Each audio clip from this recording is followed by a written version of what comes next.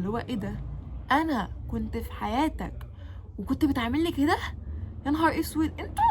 التعلق اللي بيخلينا من الاول بنتعلق بحد، وليه التعلق حاجه يعتبر مرض، حاجه سامه جدا لنفسك. انت لما بتتعلق بحد معنى كده ان الحد ده يقدر يتحكم فيك، معنى كده ان الحد ده ممكن يخليك تكتئب في ثانيه.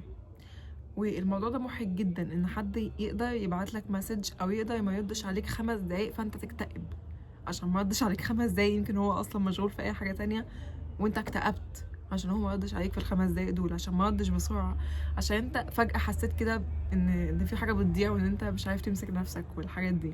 غالبا احنا بنتعلق بالناس اللي بيبقى عندها مرض نفسي او بيبقى عندها تروما من وهي صغيره.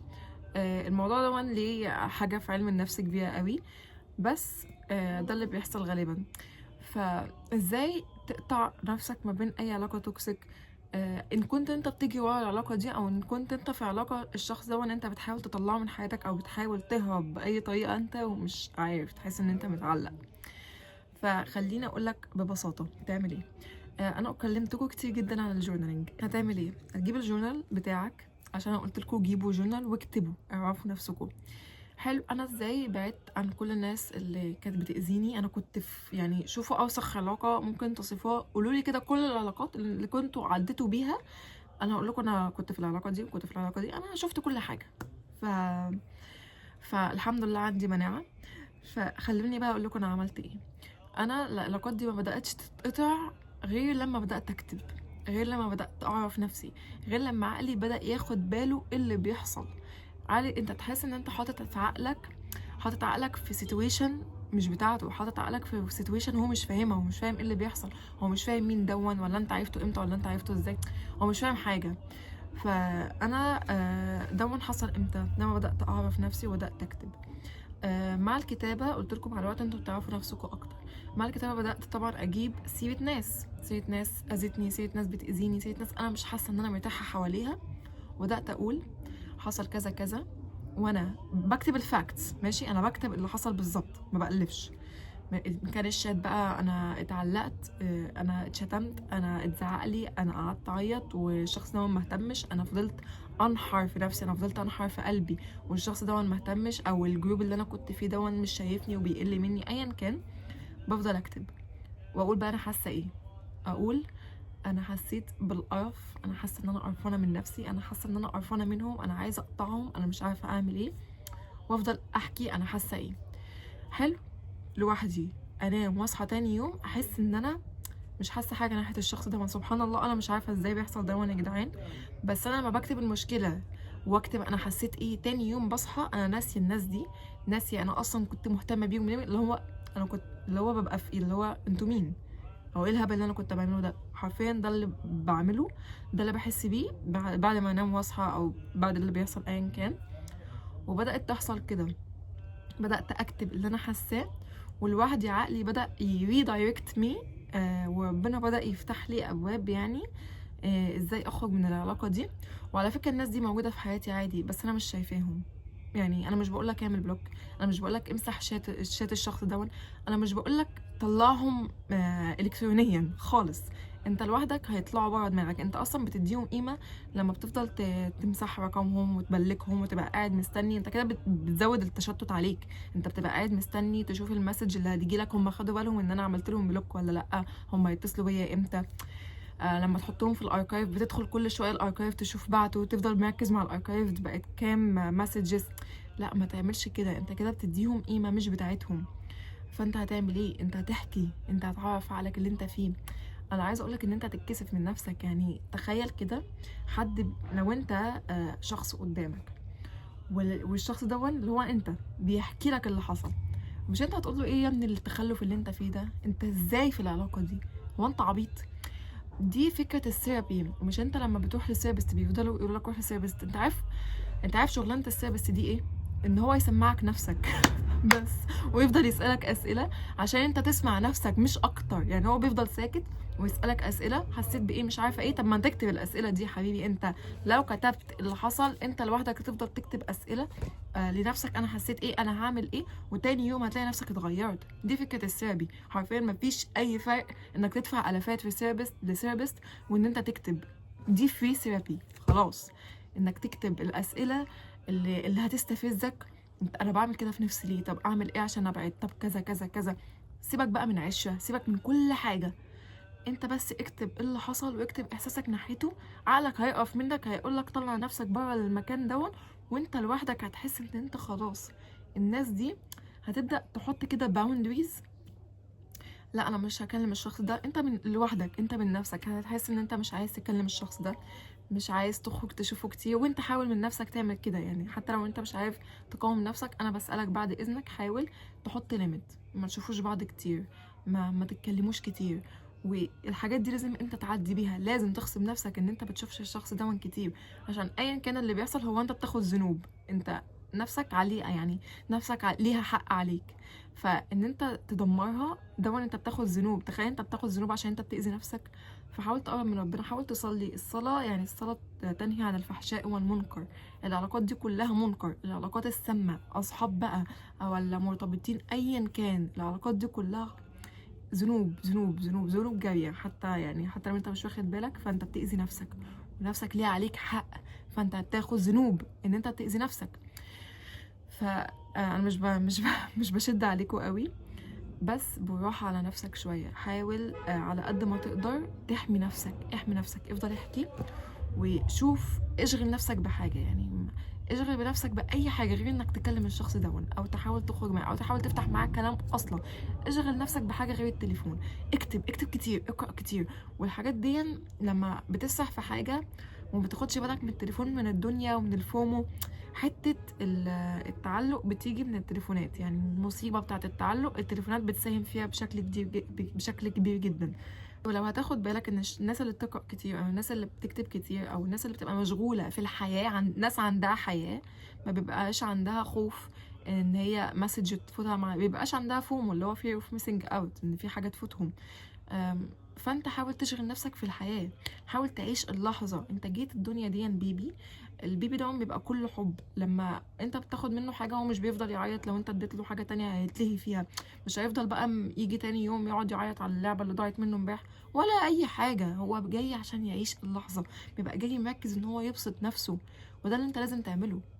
انت لازم تحب نفسك، لازم الحب اللي surrounded by you يبقى منك. لازم كل حاجة، الاهتمام، الحب، المشاعر، اي حاجة تبقى منك انت الاول. المفروض الحاجة اللي جاية من بره دي تبقى قيمة مضافة، المفروض ما تأثرش فيك. المفروض ان انت الجزء اللي فاضي منك جواك ما تخليش حد تاني يملاه عشان ما تتعلقش بيه. انت خلقت لوحدك وهتموت لوحدك، وانت الوحيد اللي معاك. انت اللي في اصعب الاوقات بتبقى معاك، انت بس اللي معاك، محدش تاني معاك. اللي بيجي من بره ده كلام حلو ومش عارفه ايه، بس مش هتأثر لما هو يقول لي. يعني المفروض الكلام الحلو او وحش اللي هيجيلك من بره، لما حد يقولك كلمه حلوه تبقى انت في دماغك انا عارف وشكرا، وكلام انت اللي هو كلام كيوت وكل حاجه، بس هل هيأثر فيا او يخليني اتعلق بالشخص او هيضيف لي اي حاجه؟ لا خالص. انا اصلا بحب نفسي، انا مش محتاج الكلام كلمه وحشه او حلوه، اعرف ان الكلام عن الشخص، المفروض ما يبقاش ليه دعوه بيك. حلو وحش دي قيمه مضافه ليك. وحش انا عارفه وبحاول اصلحه، حلو كتر خيرك وهو مش هيأثر فيا. اللي هو انا مش هتهز. يعني ساعات الواحد بيبقى اللي هو لما بيجيله كلمه حلوه تحس في حاجه جواه بتتحرك كده، تحس اللي هو اول مره يسمع الكلام ده، زي ما يكون محروم، زي ما يكون بيشحت الكلمه دي من كل حد. ليه يا ابني؟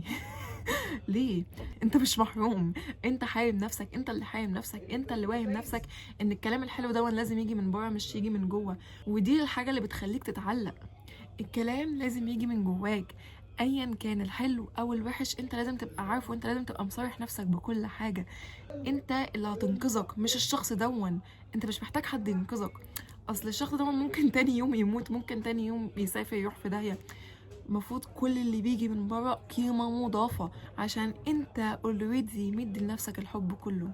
انت اوريدي بتحب نفسك وعارف ان لو في حد قالك ده انت جميل ومش عارف ايه، الكلمه دي حلوه انا عارفها، شكرا جدا ليك ومش عارف ايه. محاولش مثلا لو حد قالك كلمه حلوه تكتب له باراجراف يا عم. ليه اكتب كلمه حلوه بكلمه حلوه شكرا مش عارف ايه. بس انك تكتب باراجراف تحس كده ان انت محروم، انت كده زي ما تكون ده انا مستني الجمله دي من زمان. ده انت مش مستني حاجه من حد. بعد اذنكم لو عايز يعني ما تتعلقش باي حاجه، حتى الاحلام، يعني ما تتعلقش بالاحلام. ومش هقولك انزل لارض الواقع ومش عارف ايه، دريم بيج، بس اللي هو ما تحطش املك في الحلم دون. دي فرصه. واعرف ان اي حاجه هتدخل حياتك دي عشان تعلمك درس.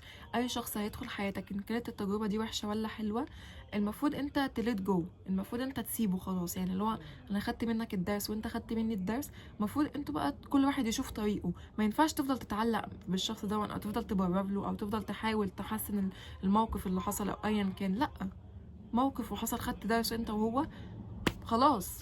ده اللي كنتوا جايين عشان الدنيا. ساعات يعني ساعات ناس بتدخل حياتك عشان ربنا يديك منهم درس، مش عشان يفضلوا في حياتك. فانت ما تفضلش ماسك في الناس دي عشان هم موجودين بس عشان تاخد منهم درس. كل شخص في حياتك دلوقتي موجود عشان يديك درس. انا عايزاك دلوقتي تكتب اسامي الناس اللي مضايقاك في حياتك، او اسامي الجروبات اللي مضايقاك، ايا كان، او الاحلام اللي انت حاطط فيها امل كبير. عشان انت الحلم ده لو خسرته انت هتكتئب. ليه تحط املك في حلم؟ ليه تفضل متشعلق في حلم؟ ما تعملش كده. ما تعلقش نفسك بحاجه. اوعى تعلق نفسك بحاجه. انت بني ادم، انت عندك عقل. يعني لو في فرصه راحت، في فرصه جايه، في فرصه لسه هتيجي، لازم تعرف ان دي حياه، والحياه دي قد كده. فانك تكتئب عشان حاجه صغيره راحت، انت كده مش هتعيش. انت لو فضلت كل حد يدخل حياتك تحط طاقتك كلها فيه، انت كده مش هتعيش. وانا مش بقولك ان انا ما عملتش كده. انا كل علاقه دخلتها في حياتي، بقى صحاب مش صحاب، حطيت طاقتي كلها فيها. طاقتي كلها اتنبحت في كل علاقه دخلتها.